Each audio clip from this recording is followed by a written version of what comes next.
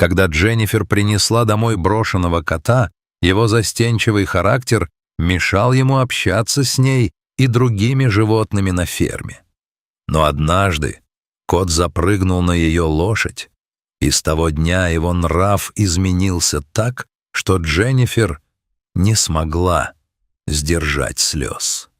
Дженнифер Б. чувствовала, как усталость разливается по ее телу. Она любила жизнь на ферме и общение с животными, но сегодня был один из тех дней, которые напоминали ей, насколько это может быть изнурительно. Она провела весь день, ухаживая за больными животными и следя за тем, чтобы постройки оставались в порядке и не разрушались от запущенности. Дженнифер унаследовала ферму от дедушки с бабушкой и сделала своей миссией поддерживать в ней жизнь и процветание. Направляясь домой, она решила ненадолго заглянуть к своему любимому животному, коню по кличке Чампи. Она оставила его пастись, пока занималась остальными делами. Дженнифер всегда оставляла визит к нему напоследок, зная, что присутствие рядом с ним дарит ей такое спокойствие, какого не давало ни одно другое животное. Это был ее идеальный способ завершить день. Но когда она подошла к конюшне, то заметила что-то маленькое и темное, примостившееся на одном из деревянных столбов. Это был Моррис, кот, которого она приютила всего несколько недель назад. Обычно он держался особняком и редко выходил из дома. Как бы Дженнифер ни старалась подружить его с остальными, он не проявлял ни малейшего интереса. Но сейчас он был там, стоя рядом с Чампи и с любопытством наблюдая за огромным конем. Дженнифер была уверена, что если кот ее заметит, он тут же бросится обратно в дом, и этот редкий момент будет испорчен. Поэтому она тихо стояла в стороне, желая понаблюдать за этим нежным общением, не прерывая его. Моррис подобрался ближе к голове Чампи, но конь даже не вздрогнул. Он оставался совершенно неподвижным, словно понимал, что любое резкое движение может напугать кота. Видя, что лошадь не реагирует, Моррис продолжал прощупывать почву, возможно, надеясь подтвердить тот страх, которого он ожидал. Наблюдая за этим, Дженнифер почувствовала глубокую признательность за терпение и спокойствие Чампи.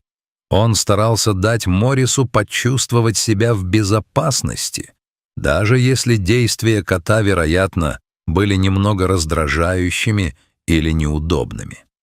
Прошло несколько минут, и ничего драматичного не случилось.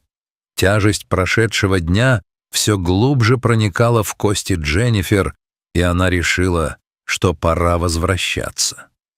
Ей было жаль, что не удалось провести время с Чампи перед сном, но она не хотела мешать тихой связи, возникающей между двумя животными.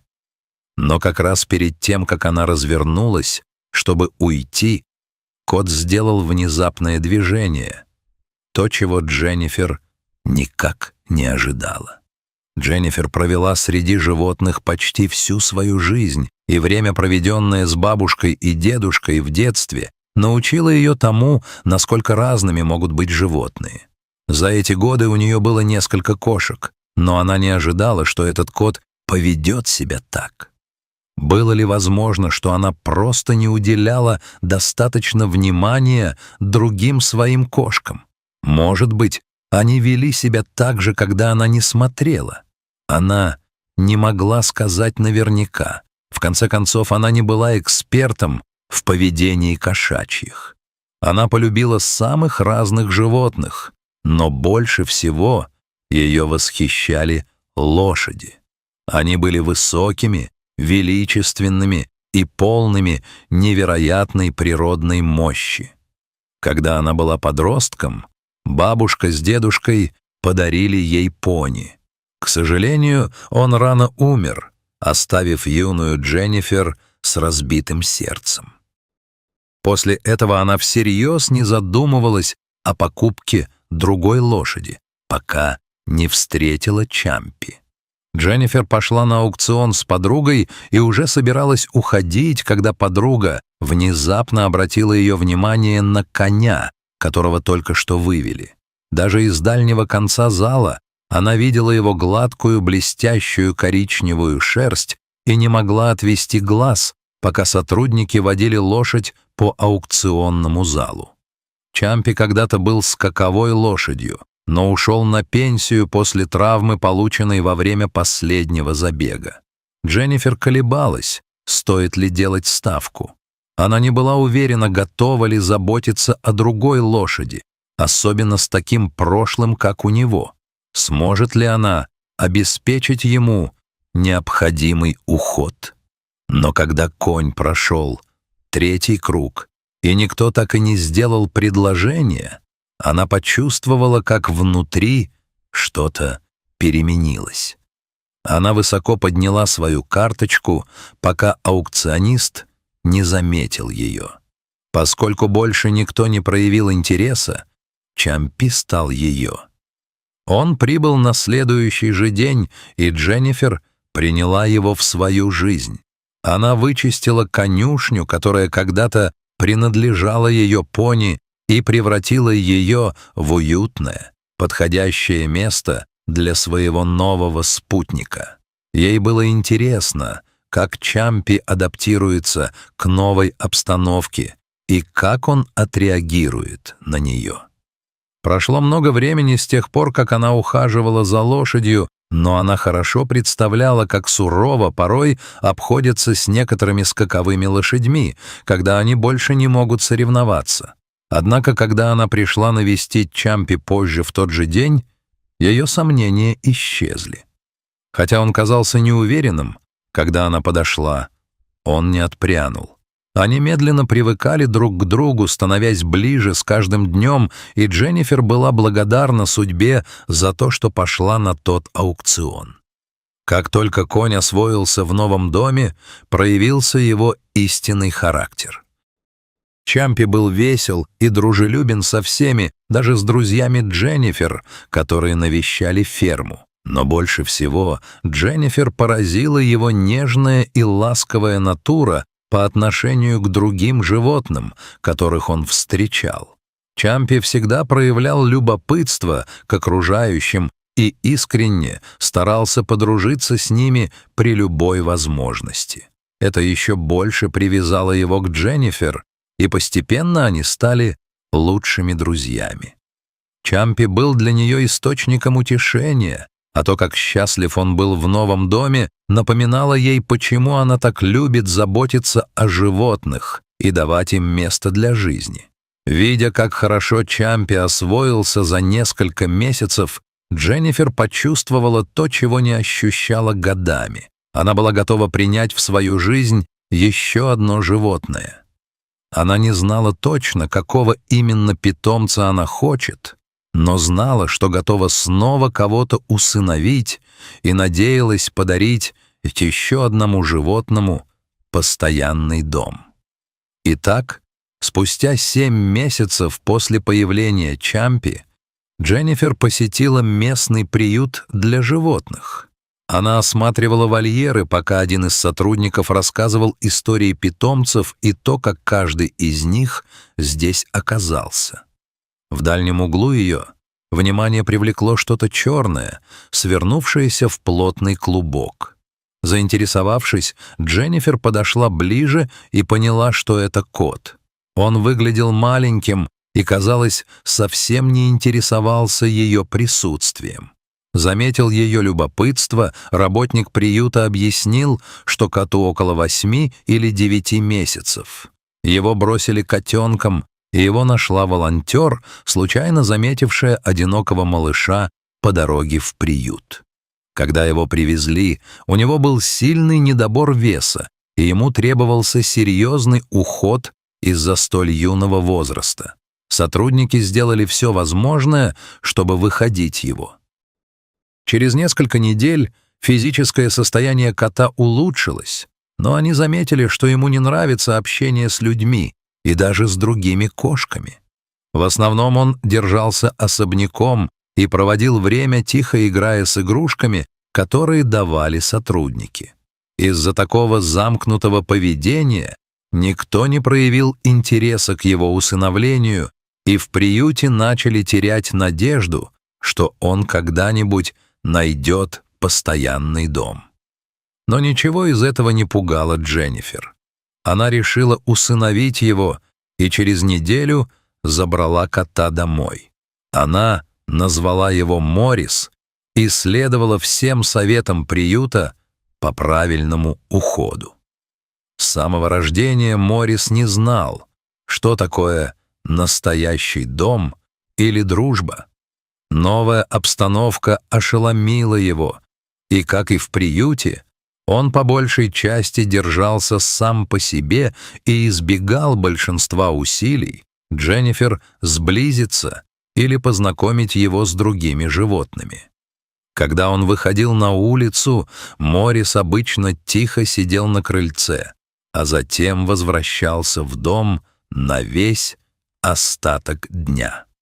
Крыльцо стало его любимым местом, и каждый вечер после работы Дженнифер часто находила его там, на том же самом тихом месте. Однажды утром, через несколько дней после усыновления, Моррис вышел из дома и присел на крыльце, разглядывая окрестности.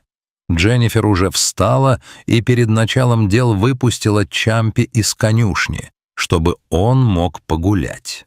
Хотя Чампи был очень близок с Дженнифер, Моррис никогда раньше не встречал этого коня и был мгновенно напуган огромной внушительной фигурой, смотревшей на него.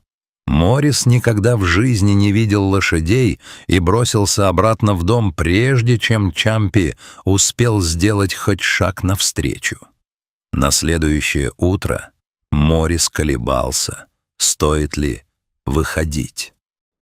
Он не был уверен, окажется ли лошадь снова рядом, и не горел желанием еще раз встречаться с ней, но крыльцо стало его зоной комфорта в этом незнакомом месте, и он не был готов от него отказаться. Медленно приближаясь к своему любимому месту, Моррис снова заметил коня, который стоял и ждал. Высокое животное, одновременно любопытное и нежное, наблюдало за ним большими выразительными глазами. Чампи сразу полюбил маленького котика накануне и вернулся, надеясь увидеть его снова. Моррис не знал, что и думать. Он сел, пока Чампи осторожно подходил ближе, чтобы рассмотреть его получше. Когда кот не убежал, Чампи наклонился и нежно ткнул его носом, надеясь привлечь внимание. Но Моррис остался на месте, игнорируя его и наслаждаясь мирным утренним воздухом. Тем не менее, Чампи оставался рядом, явно надеясь на ответную реакцию. Моррис не реагировал, и только когда Дженнифер пришла увести Чампи обратно в конюшню, это противостояние, наконец, закончилось. Каждое утро, когда Моррис выходил на крыльцо, Чампи уже ждал его там. Он не оставлял попыток завоевать доверие кота. Дженнифер казалось странным увлечение коня Моррисом, но, зная дружелюбие Чампи ко всем животным, она надеялась, что его мягкая настойчивость со временем достучится до пугливого маленького кота. Хотя Моррис и намеревался держаться отстраненно, терпеливые усилия Чампи медленно начали его ломать. Кот стал наслаждаться их рутиной и часто задерживался на крыльце, чтобы их встречи длились чуть дольше. Шли дни, и Моррис в конце концов начал приходить к конюшням, проводя там большую часть времени перед возвращением домой. Он все еще не до конца понимал, что происходит. Чампи был намного больше него, и ни одно другое животное никогда раньше не проявляло к нему такого интереса. Но эта неожиданная дружба была чем-то таким, в чем он, сам того не осознавая, нуждался. По мере того, как их связь крепла, Моррис стал более открытым и с Дженнифер. Он часто следовал за ней, чтобы увидеть Чампи, и они втроем проводили время вместе, играя и наслаждаясь компанией друг друга, пока не приходило время отдыхать. Общение с лошадью сделало Морриса увереннее в себе.